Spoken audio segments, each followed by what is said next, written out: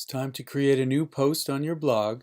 You're here in your History of Photojournalism blog, so you click on New Post. I strongly recommend that you write your posts using Word. Now, this isn't exactly a blog post, but I just wanted to find something with text. This is actually describing the Visual and Digital Arts major here at AIC. Because what I suggest about working in Word and writing in Word is there's spell check and grammar check and all of that. So say I'm going to take these two paragraphs. Now this font right here is Corbel. And I'm going to go back into my blog. I'm in Compose, and I'm going to paste in that font. Now this is bringing along that font, and you can run into problems if you bring in Word documents that have a lot of font and codes in them, or text from websites.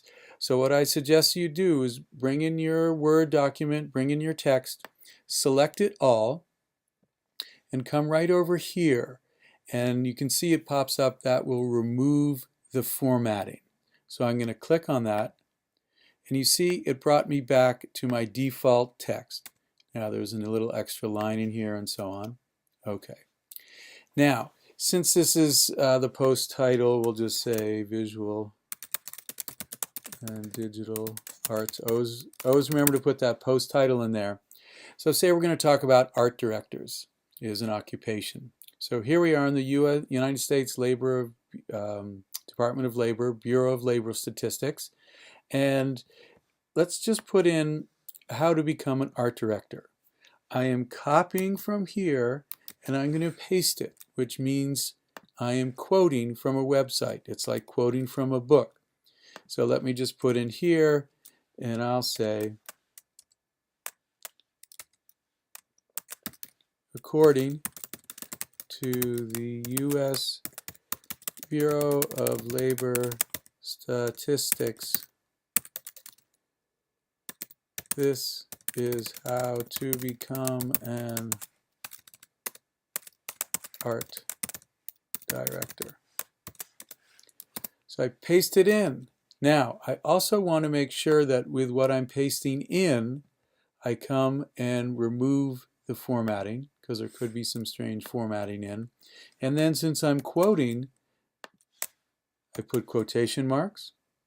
And now, most importantly, I come back here because I need to link to the source of my quote. So I come up, copy this link right here, that web address, and I come down here and I select what I'm quoting. As you know, you click on link, come in right here. I'm going to paste in my link. I'm going to test that link. Yep, looks good. I'm going to click to open it in a new window. Please make sure to click on Open this link in a new window. And then I do OK. And then, let me just put a little space in here. So I've put in a link right there.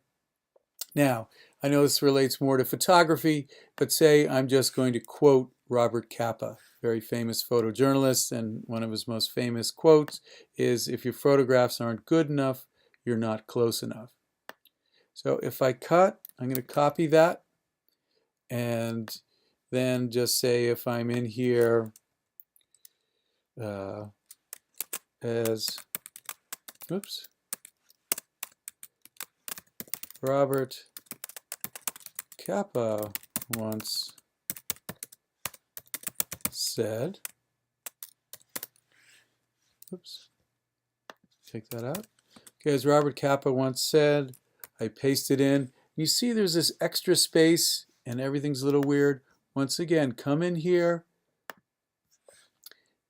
remove the formatting, and then I can just hit delete, come up here, move that down.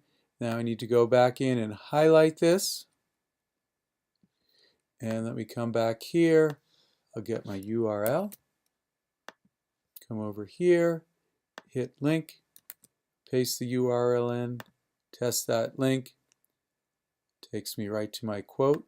Close that window, and I'll do OK. So these examples here, they're absolute, I've cut and pasted from the web, so I must use quotation marks. If you find out some information on the web that you didn't know about and is not common knowledge, you might not always just cut and paste, but you would paraphrase that information, put it into your own words. So if you're using your own words, you still would want to, you don't need to use quotes, but you do want to create a hyperlink to the source of that information. In the same way, when you're writing a paper, you need to source your information. Now, what if you're writing about a type of specific photographic technology, like the wet plate, the wet collodion process? If you were going to quote something specific about this process, the plate still wet was exposed in the camera, and you can't figure out a way to turn that into your own words, you would come back here, and once again, then you can just quote it and put it in there. But you should never just have a quote dangling. I mean, even if you came in like this, let me come back up here and get the URL for that quote. Copy and paste it, bring it back here. Even if I come in here and put in the link, as I've shown, you can test the link. And as a reminder, always click on Open this link in a new window. Have that checked off. You cannot just have a quote hanging out like this. So this was the Encyclopedia Britannica. So you would want to put in, according to the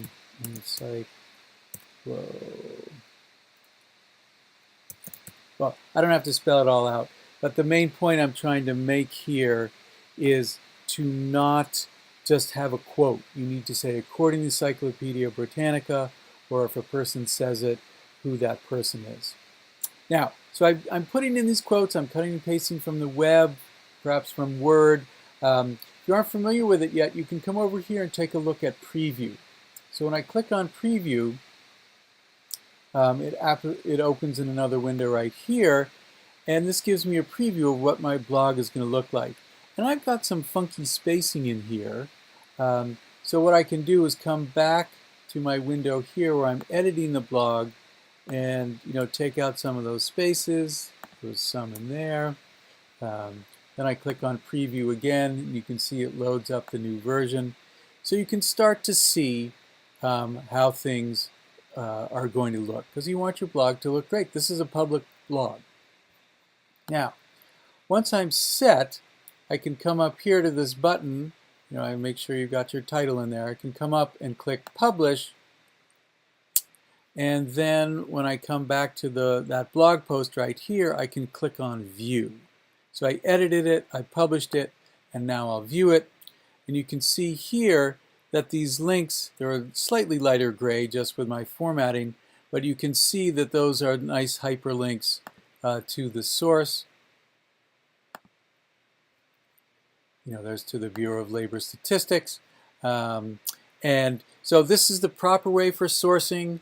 As I mentioned, always make sure you introduce the quote, and you'll be all set. Properly sourced material is what we're after here.